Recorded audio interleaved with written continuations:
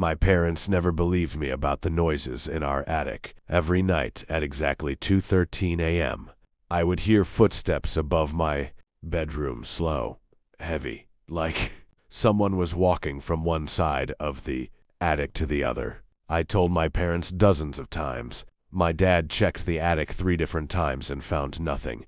"No one is up there," he kept saying. Eventually, I started recording the sounds on my phone. The footsteps were real. My parents heard them too, but they still thought it was the house settling. Then one night, the footsteps suddenly stopped. No sounds, no creaking, nothing. For almost a week. I thought whatever it was had finally gone away. Then I woke up at 2:13 a.m. and noticed something strange. My attic hatch was open, just slightly. I stared at it from my bed. I was sure it had been closed when I went to sleep. I wanted to wake my parents, but I convinced myself I was overreacting. The next morning I checked again. The hatch was closed.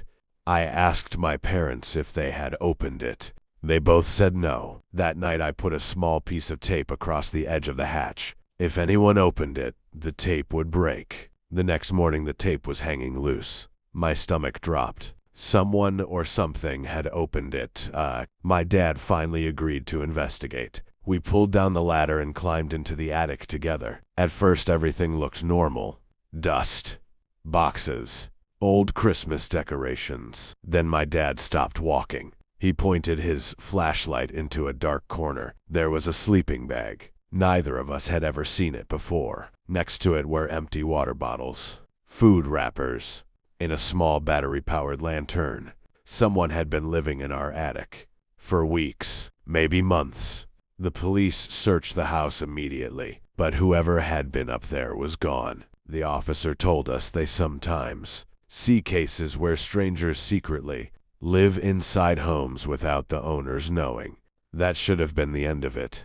But it wasn't. A few days later, while reviewing old security camera footage from our front door, my dad found something. At 2:13 a.m. every night, a shadow would briefly appear in an upstairs window. The attic window. The problem? The attic window was painted shut years ago. No one should have been able to stand there. And the footage was recorded after the police had already searched the house. To this day, the footsteps have never come back. But every once in a while, I wake up in the middle of the night and look at the attic hatch, just to make sure it's still closed. And every time I do, I remember that whoever was up there knew exactly when I was asleep. Would you stay in that house?